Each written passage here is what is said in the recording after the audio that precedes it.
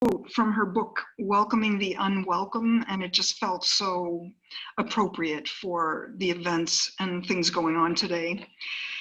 The way to not lose heart is to realize how everything we do matters. And I really, really feel like having all of you beautiful and talented performers here tonight is part of how we can stay in our hearts. And I hope that this evening for all of us is about being open-hearted, being open-minded, and relaxing into what you're hearing and how it is coming over you. So welcome to everyone for this special hour of poetry by some of the very talented artists of Elevated Thought.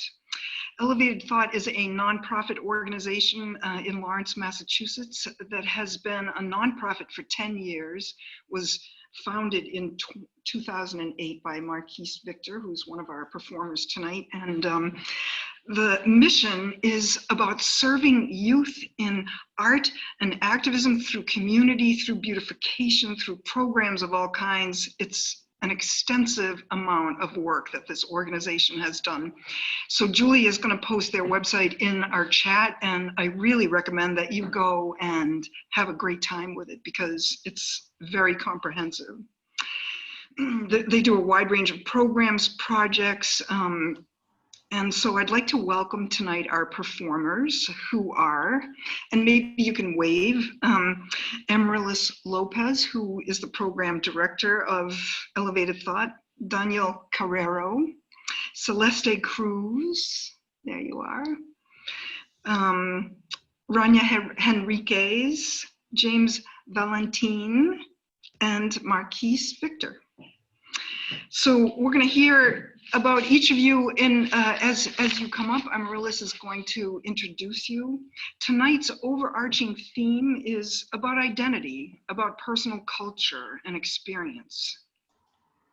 As always, we ask our patrons and friends to be generous with the organizations that so kindly come and present to us, and Julie has their website for donations in our chat box. We'll be posting each artist's bios as they are presenting so that you'll know a little bit about them because they each have incredibly varied backgrounds. I'd like to just mention 3 things that are going on for the PEG Center. Tomorrow we open a show called Impermanence, a solo show of Bonita LaFleur's. We just launched a community art project called Yes and No, actually. It's Suspended Animation Democracy in Peril, and it's up on the outside of our building. COVID-free packets are available for you, and we encourage you to come stop by. The directions are right inside, and we're going to make those for the outside of our windows as soon as we get all of your responses to that. And I want to thank Julie Cook for helping out tonight, and she's always there for me, so I'm very grateful. We ask you that during the performances, please write into the chat so that we can know what you're feeling and thinking about what you're hearing. And at the end of each performer, we'll have a time for, we'll have time for 1 or 2 questions so that we have some time at the end to just open it up for everyone. So I'm going to talk to Marquise right now.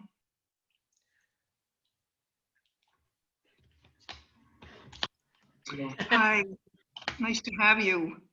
You know, I found out about Elevated Thought because an email came through, and instead of scrolling past it, the name is what caught me. I had never heard a name like that before, and it took me like a week to remember it because it's unusual. But I went to your website after this email, and because you're local, to me, you're only 35 minutes away. I wanted to know about you. And when I went to the contact page and saw Amaryllis, who's the program director, I wrote to her, and within a day, you wrote back. And it was like, this is cool. So I just started learning more and more about you because of our interaction and planning this tonight. But Marquise, you know, this is a long-term love of yours. I mean, you must have been a child when you started this nonprofit. So tell us about Elevated Thought. How did it start, and why? Why did it start? Yeah, well, the first words I ever spoke as I think a 2-year-old was elevated thought. No, I'm just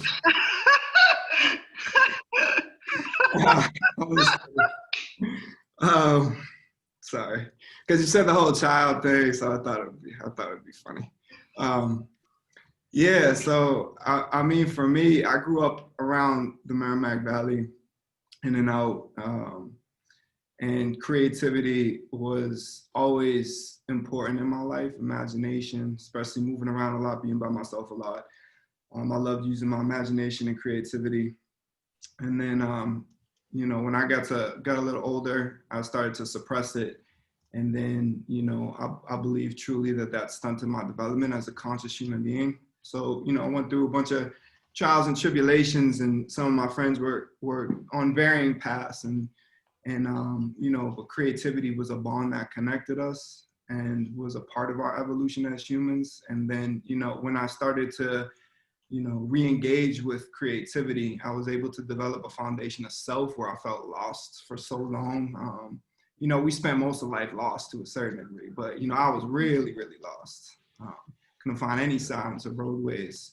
And, you know, writing poetry and engaging with my creative self helped me to grapple with what I came from and how I got to where I was. And then once I was able to do that, I was able to put my mind and eyes towards the social landscape and really just see how fucked up everything is. and so that kind of started a real social justice passion within me. And, you know, eventually I merged the two. And my best friend and right-hand man, our productions director, Alex J. Bryan, he was working on a mural. I was writing a spoken word piece to go along with it, and his brothers rented out construction warehouse. And, you know, I said, hey, this is elevated thought right here. If we can't, you know, if the world isn't going to solve itself, and we're so small and seemingly insignificant creatures, but if we can do something to bring some light and some hope into this world, maybe this is what we could do. We could address social issues through art, through creativity. And that's how I was born. So, you know, and what I notice is that your programs pull from art and philosophical subjects, and that the students that you work with choose from both categories to work on. Is that correct?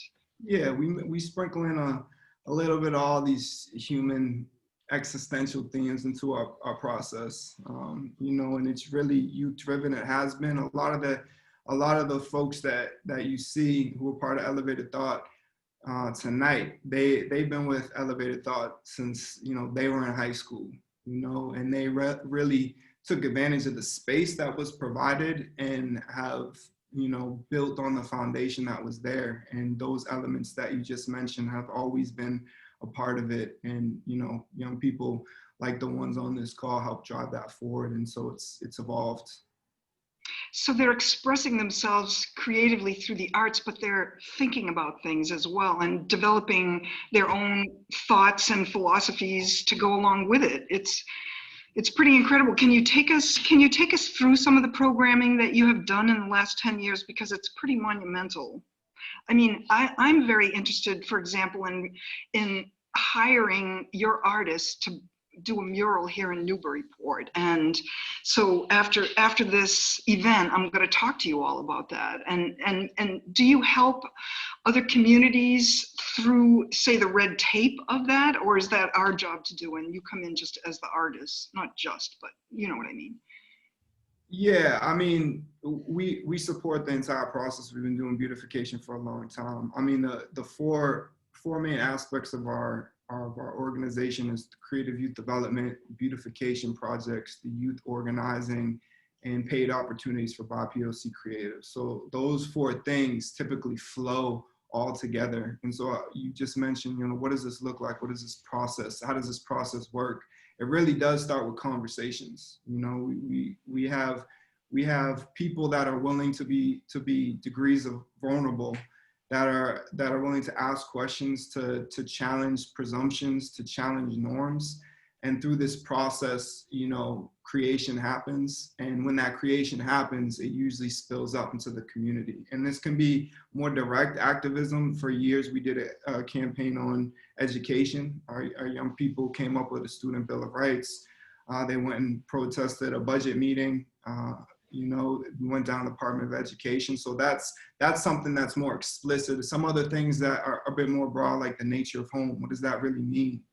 How do we see that in our spaces? How do we see that internally? So usually what we do inside the ET space, like I said, comes out into the community so others can engage with that power and that liberating power of art. Beautiful space, by the way, really beautiful. So Marquise, tell me, you know, 2020, obviously no in-person programming, but I'm sure that you are not idle. How are you pivoting to meet it, and what kind of programming can you do and are you doing? Well, I'm gonna put our program director on the spot. Okay, Amaryllis. Please meet Amaryllis Lopez. Hi, everyone. Hi. Yeah, so I mean, for us, community is really central to a lot of our programming. No matter where we're at, we really want to meet folks and talk and see, you know, what really is the experiences and the people who are present in the community and what they'd like to see reflected, let's say in a mural and things like that. But for our main programming, we have an after-school youth program. That's run 4 days out of the week after school. And it's really a place for young people to just experiment, be exposed to different mediums, as well as different kinds of ways to process the information that's going on, popular topics, everything from pop culture to political things. And it's really about making sure that folks understand that there's a range of experiences that can be present in the room. There's no really right or wrongs in terms of, you know, how you express yourself, how you feel about your purpose and an avenue in life and things like that. So you know, it's free for young people in the Merrimack Valley. We also do community workshops. So we like to celebrate kind of key points once a month. We've had a workshop that James had facilitated on Martin Luther King Jr. Day, and about, you know, our community. We had some old folks and young kids creating, kind of reflecting on MLK's philosophy and contributions to our country and his legacy, and what we should do with that and how we can, you know, maintain his integral teachings in our everyday life. And we have an upcoming community workshop that y'all are free to join now that we're in this Zoom virtual world, and it's a little bit more accessible. But we're having one on Indigenous Peoples Day, which is October 12th. We'll be mapping out resistance. It'll be a really fun time, really reflective time. So Amaryllis, if the community of Newburyport wanted to do a mural, for example, would you come and talk to us? Like, I'm thinking of the Parks Department, who would be in charge of our outdoor space, would be at that meeting as well, and we could have a dialogue about it. Yeah, that's really important to us. Yeah, that would be so really the best thing. All right, well, let's get to the poetry. And so Marquise, you have the honor of introducing Amaryllis, and Amaryllis, you have the honor of diving into the deep end first. So we'll give you a warm hug. Marquise, tell us about her. Be nice. So let me just say, Amaryllis, she heard an elevated thought when she was like 14 years old, 14, 15 years old, freshman, right? And we did a little workshop with another community partner, and she had read a poem. And I was like, I can't, that's when I was in hustling mode, trying to just get kids, convince these kids, hey kids, come to this elevated thought basement. It's really cool shit in here. Trust me, it's not as shady as it looks. She was like, yeah, I'm really interested. It looks cool. like almost a year went by, and I seen her a bunch of times, and I was just like, I love your poetry, like this space. If you're familiar with Andover Bread Loaves, like really work. And then she was part of the Girl Scouts, the Easter Girl Scouts, and they did this philanthropy project. And Elevated Thought was one of the candidates. So I went in and I pitched Elevated Thought with her and her Girl Scouts. And then I brought an application. I was like, are you gonna do it? And then finally she came, and she hasn't left. She was our first ever youth leader in 2016.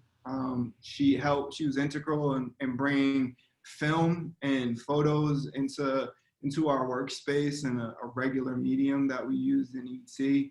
She didn't disappear when she graduated college. She was connected to the What is Education campaign. She was a huge weapon in that, if you will. And then, she stayed connected, helped to grow ET, challenged me always, constantly. And she graduated in May, and we had the discussion years ago. I think when she went to college, I might have mentioned it, but when she was a sophomore, I was like, one of my goals, because I'm the only full-time person at ET, I was like, one of my goals is to hire you as soon as you come out of college, and you be our program director or whatever it is. And that happens, manifested. And so she's our full-time program director, and we're grateful to have her. And she's immensely talented, creative, just beyond poetry. So we're grateful to have her. I'm grateful that she's in a leader in this organization, and that she was cool standing by my crazy ass. So thank you so much. Welcome. Wow, so many affirmations. That was very nice. Yeah, so that's me. Before I begin, I want to acknowledge Elevated Thought and where our physical space stands. So we like to do a land acknowledgement, which is essentially just an expression of gratitude and appreciation for whose territory you reside on, and it's a way to honor Indigenous people. And it's really important for us to understand that, we still play a place in that history today. So Elevated Thought, we're on the stolen ancestral lands of the Pinnacle peoples. This is where we live and work from, and we'd really like to recognize the violent systemic and cultural inequities that are a direct result of American colonialism. And we really commit ourselves to learning and respecting and reconciling those histories and those legacies that impact us, and the ongoing experiences of Indigenous injustice. So I would like to start off with that first before I begin. So yeah, just take a few moments.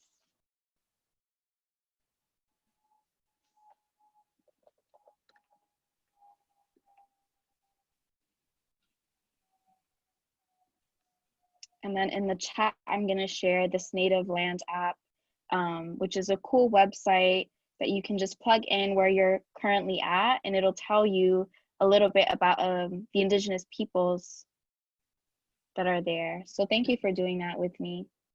Really appreciate it. So I'll begin. So for those that don't know, hi, hello, we just met. My family is from Puerto Rico. A lot of my writing is about my cultural identity and my history. For those that don't know, Puerto Ricans have been a colonial subjects of the United States for over 100+ years. And so this poem that I'm about to read is entitled Mordaza, which is named after the gag law that was passed in Puerto Rico in 1948, which suppressed the independence movement in Puerto Rico. And so it made it illegal and made it a crime to own and to show and display a Puerto Rican flag, to sing a patriotic song, to write or to speak about independence, whether on the island or in the diaspora in the United States. And so that continued to be a force in legislation for 9 years until 1957, on the basis that it was unconstitutional. So this is that poem called Mordaza. My history starts on a sugarcane field on a muddy island. My history is the mud, is the hardening of the sun. My history be hollow in the mouths of those who try to silence the seeds of my family tree. Now they try to swallow our truths, and my name grew to be a trunk in their throats. It roots itself deeply in their bellies and rumbles with a hunger, reminds them of the silencing. My freedom will pierce the air with its fist and will spit on the law. My freedom is not pop culture policy, not mainstream, just stream, just swim, just current. It's voice the arc of a free nation. It'll bring two of every kind of fighter, an artist and a lover. My freedom be every kind of movement, the artist and the lover. My name be the story of survival, Lopez with a Z. It traces me to maybes, trace me to a home I can never return to because I'm not sure where that name came from. I can only trace back ships, trace these lips, trace a continent that looks like half of my heart, half of my story, and the beginning of all of my history. Thank you. Thank you. Beautiful. Thank you. Thanks. And so this next one I wrote, it's a short poem that I wrote about Lawrence. So Lawrence is a really wonderful city that has a lot of immigrant histories from all over Europe, from Asia, from the Caribbean, from Latin America. And I really appreciate and learn a lot from all of the immigrants who have worked hard to maintain the city and to contribute. So this is that poem, it's Untitled. Overlapping conversations of past, present, and future find sanctum in the understanding of hardships, of sacrifice, the necessary survival tools for this industrial landscape, which promised a place of home and identity, but look how quickly things can get lost in translation, assimilation. We can cross that bridge when we get there, but we've always been here. Waiting is not a luxury we can afford, always laying down the groundworks for future generations. Innovators, creatives, and doers that we pass by every day without a second glance, a reminder of the importance of conversation, creation, of union. Thank you. Thank you. And so I'll end with these very two brief poems that kind of connect and conversate that some of my most recent work. But yeah, this year I honor my mother by practicing forgiveness to myself and the world she released me into. I do not fear the voices that brought us here to live, to fight. I do not fear grief, the practice of gratitude. Thank you. I love it. Oh, that was beautiful. Oh, thank you. Thank you.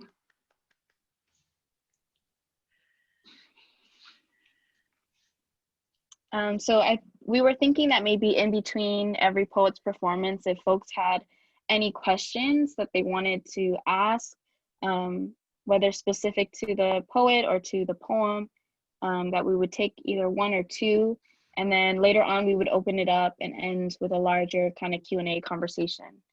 And if you want to hold it till the end, that's okay too. Yeah. So Amaryllis, a couple of people loved the tree trunk metaphor, and I personally love the waiting is not an option. I think that's a beautiful line. Yeah. And many people are, just saying good things, so powerful, and you make me cry every time. So. Oh my gosh. Yeah. Was that JV? Was that James? That was JV, but you know what? I got a little tear too. Oh. So it's all good. But that's about it for now. So let's move on to the next one, and at the end we'll do a big Q&A. Thank you. So up next is Daniel. Daniel's an amazing creative. He's a collaborating artist with us. He was born in New York, but raised by everywhere. His travels, his ideas. He does a little bit of everything. He's a Renaissance man. So I'm really proud to present Daniel. You're far too kind, Lily. Like, seriously. So the series of 3 poems. I've been kind of trying to come up with a name for all 3 of them together in I'm gonna just call them funeral poems, essentially. But all inspired by funerals I've attended. The first one is called Montague and Capulet. In bed licking my wounds, can't sleep with a broken heart.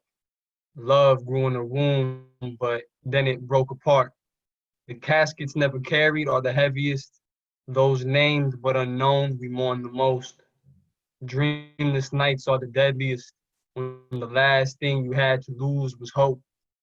I left it at the bottom of the bottle by the bar, throttled in the clutch, dropped down, driving past the stars. As far as the road can go, as far as the ocean goes, I'm going, I'm gone. I thought I was strong, but not strong enough to keep the heart between us going, beating, beating my chest, trying to give her my breath. The light inside her eyes is leaving, it's gone. Ain't nothing here for me left, not even the road I walk. Oh, geesh. Uh, yeah, they kind of Ooh, they're not the most uplifting, I guess, but yeah, this is part of the identity. it's good.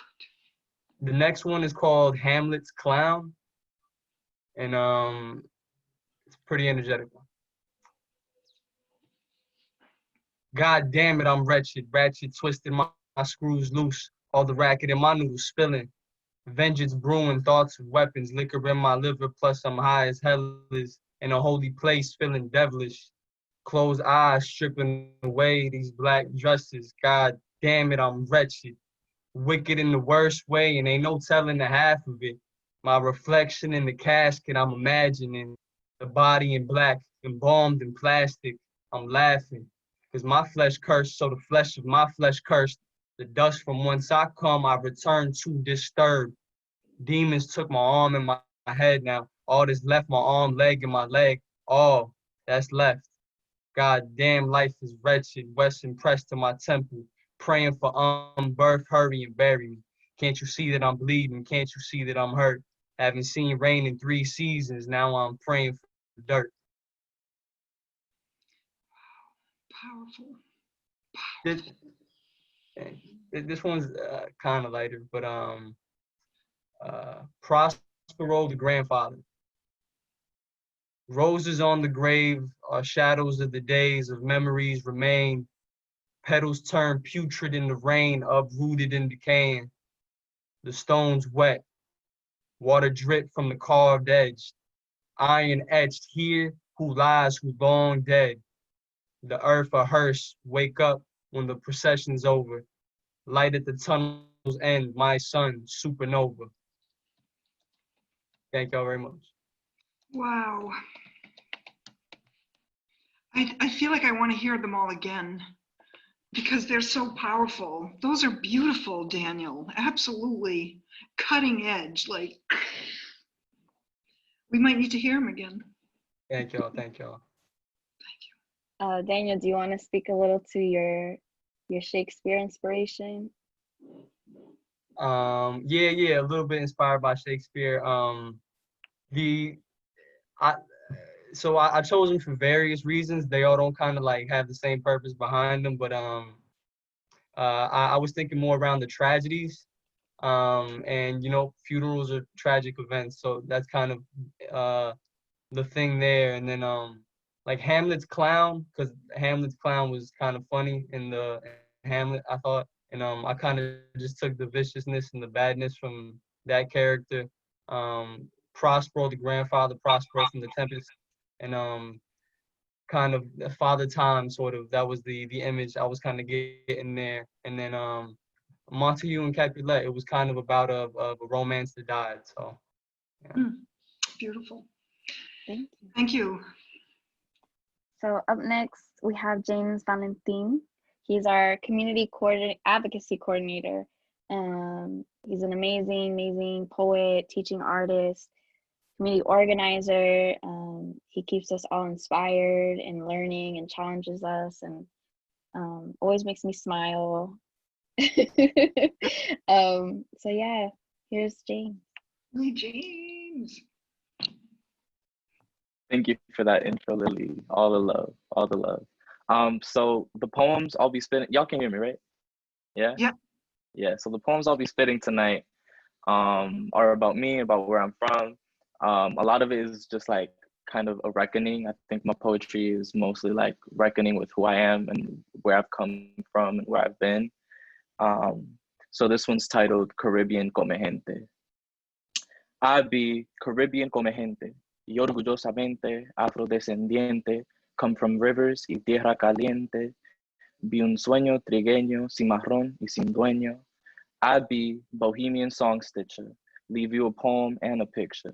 Be poet, be storyteller, be shapeshifter, be rebellious teenage shoplifter. I'd be the universe making sense of itself, revolutionary distribution of wealth. Be caramel skinned, radical queer youth, spit hot fire and I don't need a booth. I only spit truth, don't get it confused, don't get it twisted. Created 7 worlds and forgot they existed. I'd be speaking myself into existence and breathing as a form of rhetorical resistance. Follow the Christ, but not the Christians. Been put on this world for a couple missions. Took some things and had some crystal visions. I still be questioning some decisions. Like, yo, have I freed every part of me? Have I seen what I wanted to see or what was really in front of me? Am I who I want to be? I have written on flower petals, precious metals, and the stars. I have written on my scars. Sewed wounds with stories, drowned demons with 40s, learned some hard lessons with some soft shorties. I chased stars so long I've had to become one. I come from tabaco y ron, from dreams cooked up in a fogón, from bachata, salsa y son, a ritmo de son y a son de guerra, con los pies puestos pa la tierra. I'd be the son of mountains, so I know the summit when I see it, and I ain't the greatest yet, but I'll be it. Always been divinely guided. 3 eyes see truth be double-sided. White light connecting to the one source, controlling the force. I be Jedi. I'll be on allergy meds, but I still got them red eyes. And time flies. Age of Aquarius, now everybody been spiritual. I've been lyrical, been writing about wonders and miracles. Think critical, untie earthly cords like they umbilical. I be non-rhotic, anti-nationalist, pre-Columbian, and postmodern. Roll my way out like Hamilton, and I'm going farther. Be the boy who lived like I'm Harry Potter. Every poem be a prayer, so stretch my hands, Father. So that's that. I've got 2 more poems for y'all tonight because I think 3 is a pretty cool number. But this one's called Stainless Steel. I'm from stainless steel, sweating on the stove, sofrito sazonando, sancocho on simmer, from dime mami what's for dinner, from a city of calloused hands and beat backs, from old mill buildings and broken train tracks, churches and bodegas line my streets. We sip piraguas in the summer heat and bump them bow from the passenger seat. I'm from stone and brick and accents so thick. We carry islands in our mouths and they can't help but spill out. I'm from Javier Solis on the radio every weekend, wailing for a woman who don't want him.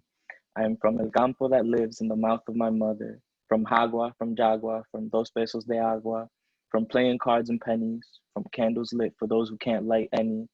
I'm from hardwood, streetlights, and asphalt, from kids who learned how to run before they could crawl, from murals that reimagine my city within its own walls, because home is where the art is. And I have one last poem for y'all. This one's titled Sensonchli, or Possessor of 400 Words. Side note, Sensonchli is a Nahuatl word that means hummingbird. And it goes like, my poems be prophetic, my words be magnetic, like refrigerator poetry, come from broken metaphors and stitched up stories. Never saw myself in anything, so I made myself into everything. Been drifter, been shapeshifter. I belong to a syncretic tradition of people used to transitions. We honor the old gods and the new ones too. I found belonging between brick and mortar, amongst shouts of spick and close the border. Solace in these 7 miles squared. Where would I be if the ones before me hadn't dared? My history surrounds me like tapestry, my fingers feeling at the fabric of reality, broken wallpaper swirling like silk, warped and twisted. Where would I be if the ones before me hadn't resisted? My dreams be prophetic,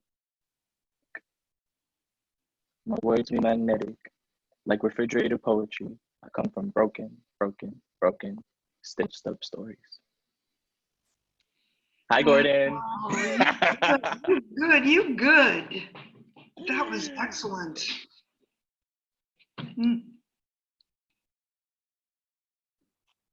Look, I'm gonna cry later. That was so good. I'm not gonna cry in front of these strangers. I don't do that, but I want it all in a book form. I want all of them to take home. That's a poem in itself, Paula. So up next, we have Celeste Cruz. She's our art curator at ET, but she's an amazing, amazing Dominican multimedia artist. She created this wonderful backdrop for me. It spices up my life and my Zoom calls. So yeah, super, super honored to be presenting Celeste up next. Hello, everyone. Hello. Oh, I just saw someone share the bandera. Yeah, I'm gonna be sharing a couple poems, and as I was looking through flipping through my journals, I ended up feeling a little emotional. In a couple of days, my grandmother will have a year since passing, so I'll share this poem in honor of her. Cool beans. Yo, what up, Trigueñita? I see you running through the law like you're running from something, your own truth. Time to look inside and realize there's more to you. My world be warped, wrapped up in ambar and larimar stones, great-grandmother's bones, vacant wood homes, running through alleys barefoot on tile floors, alcanfor in the corner, 18-year-old prayers from when you left your birth city. It be grimy, schools that used to be butcher shops where dudes was getting cut up like deli. Lo espíritus que se montan, knock my grams off his feet. Evil eye, greed and lies, a visa para un sueño, politicking with the viejos, a young Minerva, call you out if you a pendejo. Lo siento, no te entiendo, no comprendo. Something keeps whispering, debes mirar adentro. Post myself on La Calle Pimentel, stare at a house that's been standing for over 50 years. Would I have still been myself if I wasn't raised here? Castilian Spanish had me tongue-tied. That Carib Spanish had to vanish. Now we communicate through my disconnect, my constant struggle to express that it's always been you. In 2009, we rode our scooters in the middle of the street, over Policia Acotaos and had Tia Dudu worrying. That's when I knew I loved you, with limpia botas and men with stinky feet, with mercados and vete pa'l carajo. I loved you. That's beautiful.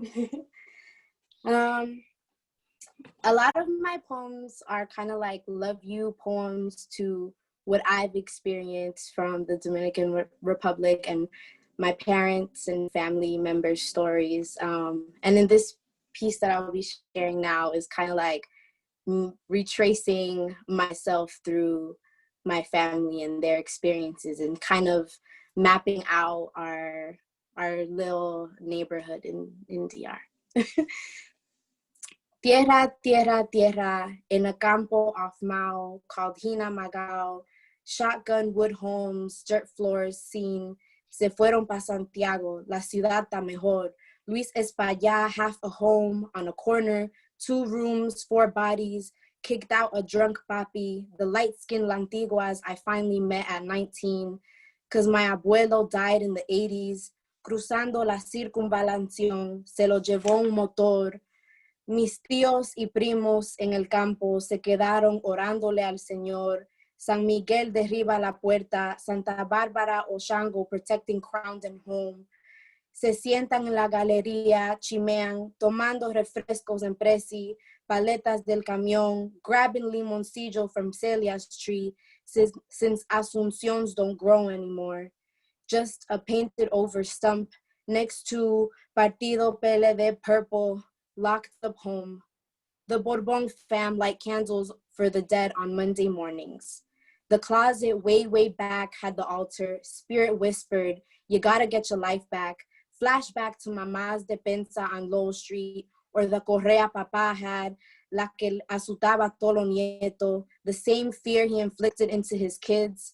But when the Cruzes link up, they drink whiskey, they play boleros, lo clásico, the tú no sabes de esto, de eso tiempo. They laugh, capping on you before you can say hello. Si un tío, Dios me la bendiga y lo libre de lo malo mío. My aunties tell me you can't claim it as your home. Tú fuiste criada aquí. Why you so mad? America is all you know. And I stand here yelling, I'm Celeste Lucia from La Joya. Nací en La Pimentel entre la 27 y la Independencia. Mis abuelos quedan cerca de la circunvalación en la Restauración. Tengo familia en Baracoa, mi abue vive en la Villa Olímpica. Si papi comprara casa, sería en Los Pepines. That I run down El Matador with a pack of basketball-loving kids. That whenever I visit, my soul cries because something is missing. That I always cry in abue's arms hours before a flight, and she sings to me. Run her fingers through my pajón. Tú estás con Dios. Everything's gonna be all right.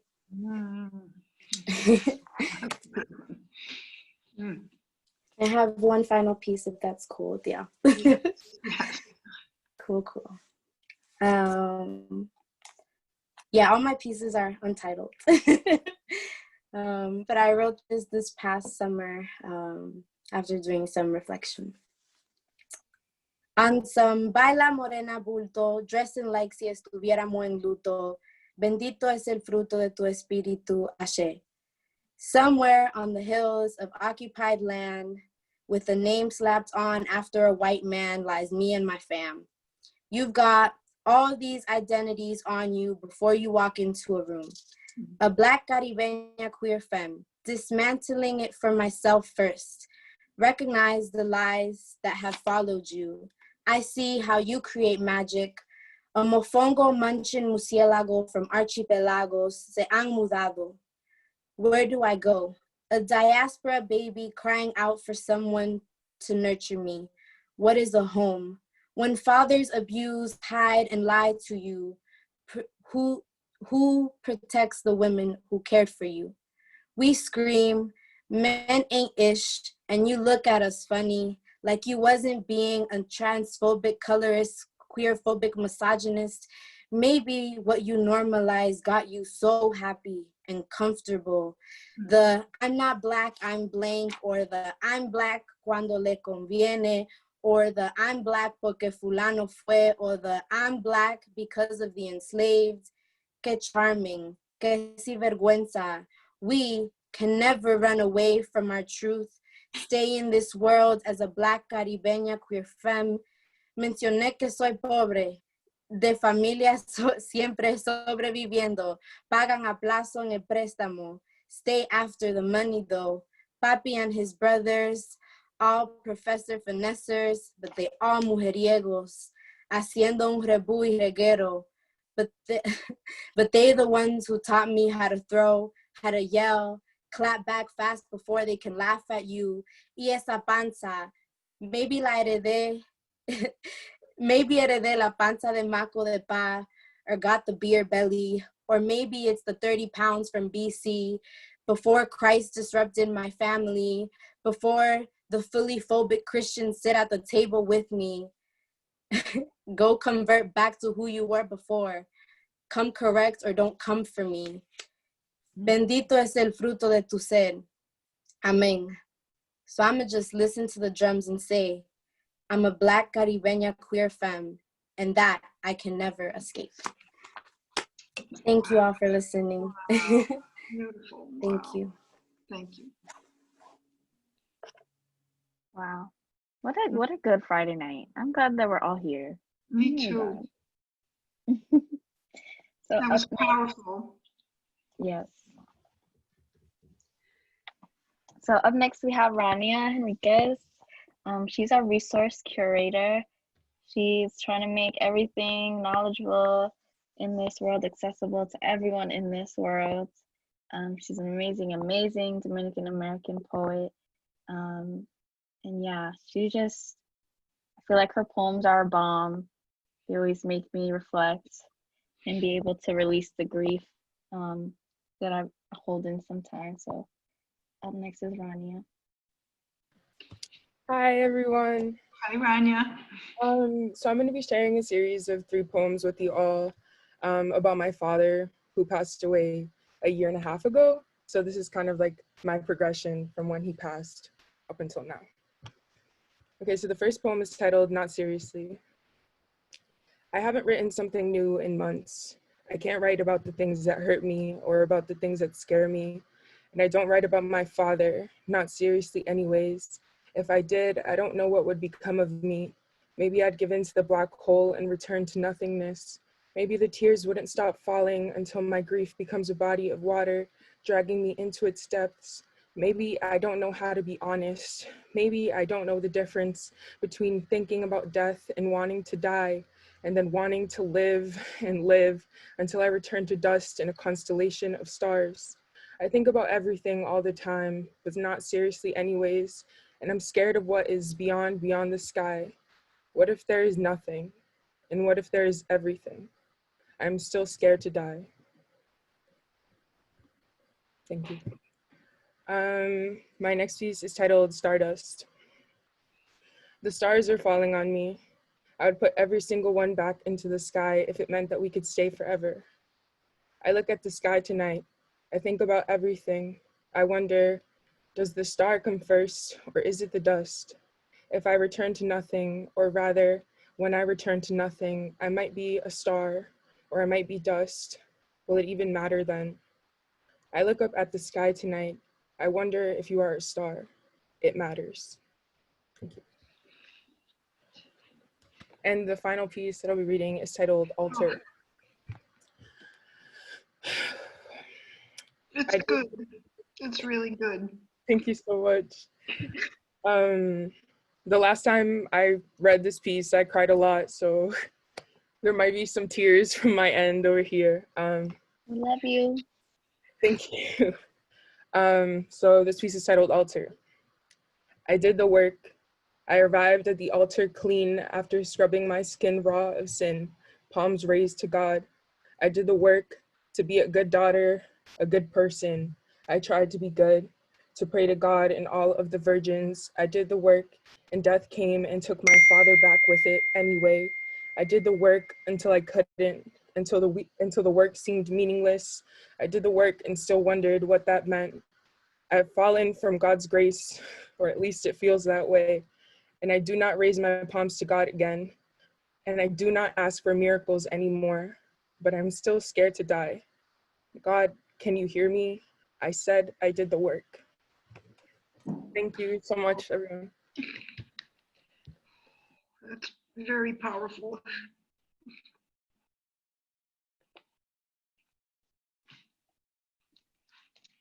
I told you, a bomb. Ooh, we needed that. Thank you, thank you, We thank did. you. We really did. I agree. Oh, beautiful. Yeah. I think we're all So, relating. what happened, Paula? I think we're all just relating to it, you know, so powerfully. Yeah. Oh, okay, let's everyone breathe in. We're gonna do this. Stretch, get up. Ooh. All right, ready? Breathe in. Hold it for 5 seconds. Release it for 5 seconds. And then we'll do it 2 more times.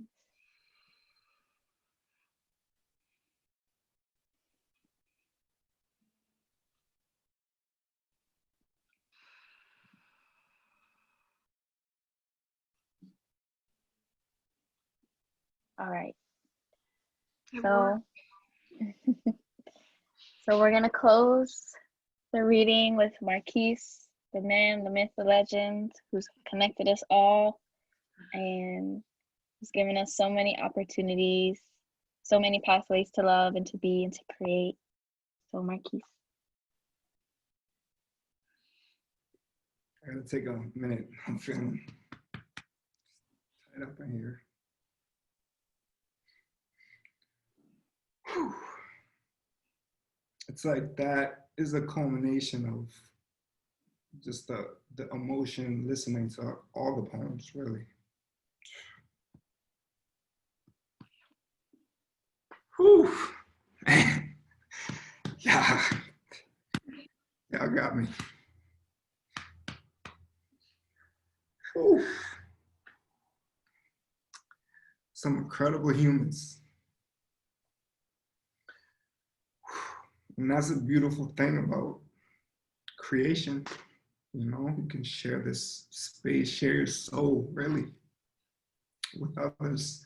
How can humans not see the power in creation, right? It's what really brings us together as humans. I'm convinced of it. Convinced. Whew. All right, get it together. We're gonna get it together. So I'm not gonna provide a coherent context for my pieces like some of the others, because sometimes coherence can be a mystery in some of my pieces.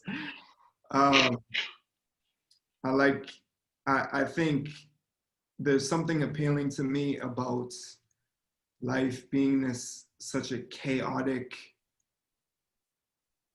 journey with so many unknowns, where for the vast majority of our lives, we are trying to reach out of this chaos and to put our hands on something that's true and that's real, and which can be very difficult to do. So I believe that, you know, I think I have found pieces that I feel that are true and that are real. So a lot of my poetry kind of weaves and sifts through, you know, this chaos, but somehow, some way, the stream of consciousness that is in a lot of my pieces comes, at least to me, maybe not to the listener or the reader, but comes back to me in some form of truth, an understanding about existence. So that's kind of how I do my pieces. So I guess I'll start off. I got 3 pieces for y'all. How we doing for time? Okay, I think it'll fit comfortably in that time. I'll just give you a little bit more context on why I create. All right, this piece is called Why I Create. I create to peek behind the curtain of perceived primordial happenstance, to witness eternal bonds knotted in permanence. I create to allow my finite mind to experience the infinite for just an instant. Different eras long gone, bygone, be gone at the crack of dawn, compose the evening when my particle construction chases shadows, third eye studying alchemy in a Blaise Pascal tuxedo, projective geometry tucked in pockets, break bread with Dubois and Magneto. I create in indigo lawn bottoms beside air vacuums and first causes, mystic synthesizers captured in a room lit by fleeting embers, minimalist objectives save for the wormholes on my back wall spitting riddles from the 4th dimension.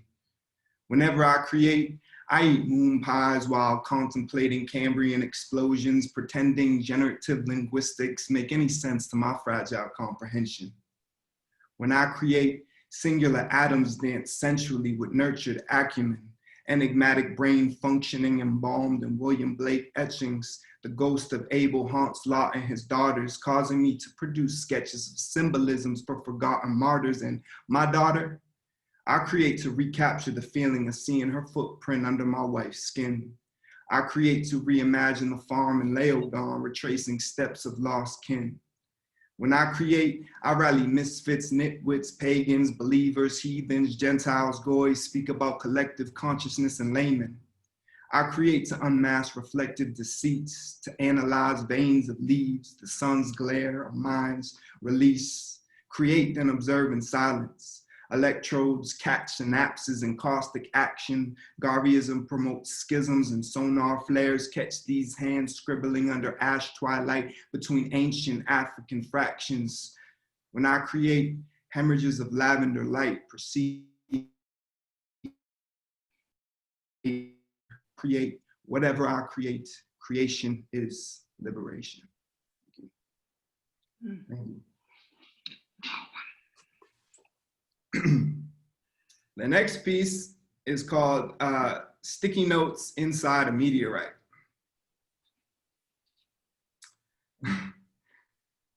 A nuisance is the truth. Reflect heartily on expanded notions of life's conundrum, background tunes of violins, a subtle flute, forever feel the ocean's rumbling.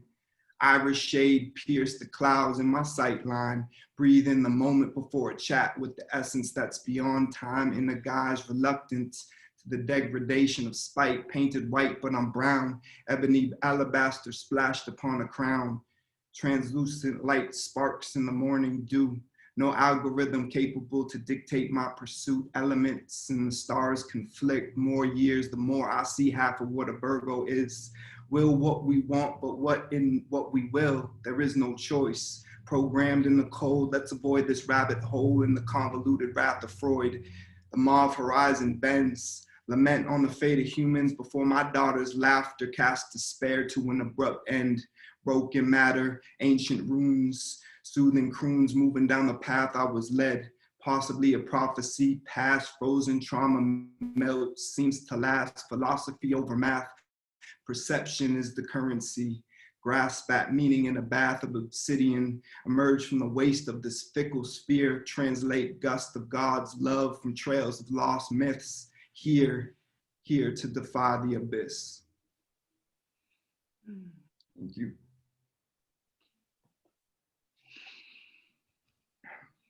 And this is my last piece. I actually wrote this the other day. The last couple pieces I just wrote, the one I just read. Why creates a somewhat of an older one, but these two are relatively new. So excited I got to share with y'all. This one is called, I Had an Argument with My Philosophy Professor.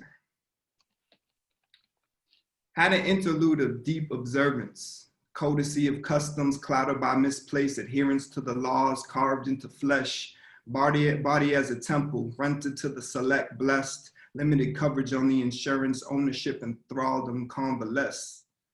Modular panoramic, see only as far as the bottom of loaded cannons, oddly fundamental, some good times lead to paramedics, to conquistadors growing fandom. Barbarians still exist claiming forms of eugenics, lands washed in vermilion, have buried black spots for the aesthetic. Die 1,000 times from an eruption of lies, attempts to fly with broken wings and kaleidoscope goggles, shattered minds cling to hope, rope to deathly hollows, roll up flakes of angel skin, inhale fuchsia vapors, touch down on the brim of feudal plight, deconstruct forms and models with nighttime marauders cloaked in capes, hints of gray notes shade the skyscape. Those class systems kill a buzz, muzzle culture, eulogize sense of self in pursuit of westernized sonatas, how much for the captured, weaponize atoms to escape death's tongue, its cathartic whipping pinatas, lucid dreams of obliteration beckon to the first mollusk. The stratosphere shades my roots, the sun is just the morning star, I am but a speck of dust or maybe just a little more, the moon sits upon my roof. This complacency ruptures, meditate under anomalies, a blue-violet sun emanates harmony, ergo some radiates out of something within us. This duality tastes truth. Thank you.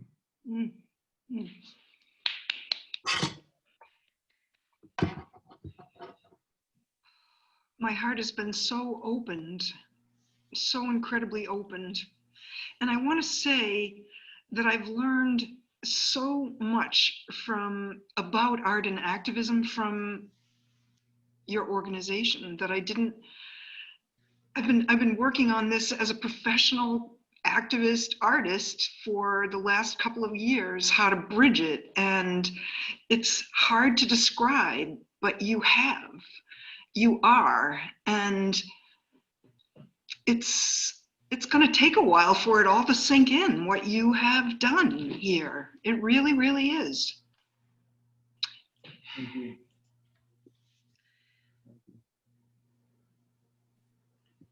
Well, I would like to say that we would love to get the written versions of what you've spoken tonight, if you're amenable to that, because so many people have been touched and want to, dive into it deeper. Is there a plan, or could there ever be a plan of a book of poetry from Elevated Thought? Yeah, so we've done plenty of books in the past, and actually it's great that you mentioned it, because we're actually coming up with another book. Celeste actually curated a phenomenal book, Ode to Lawrence, back in 2018, and it was young people's poetry, photography, digital illustrations, shots, photographs of the actual, physical pieces as well. So we're gonna, and Celeste and Amaryllis actually created an online zine too for some of our supporters. So we're gonna release a digital project with some of these pieces. So as soon as that's ready, we'll let y'all know. Please do. It's hard to take it all in when it's also affecting your heart so much. It's hard to get everything working so that it's actually going in. But the bridge that you are creating between art and thoughtfulness and loving kindness and change in the world is a phenomenal gift to all of us. And I hope that everybody here really investigates the website to learn more about what this organization is doing. It's been a pleasure. It's an honor. Thank you so much. Thank you so much, Paula, Julie. And you know what? I'm totally serious about the mural because I already mentioned it to the Parks Department, and I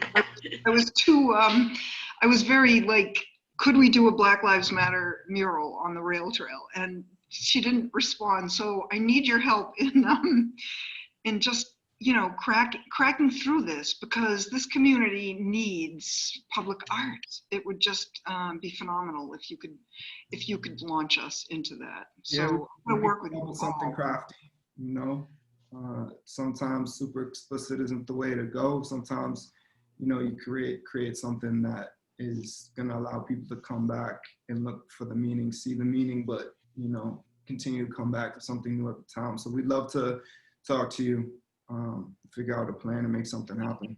The video that you made of the unveiling of the library mural, the children were just, they were elated by seeing those images up larger than life. It makes such a difference. It really does. So anyway, thank you all for being here. And this has been recorded. Once we get our technology shit together, which is like, we will have this up somewhere.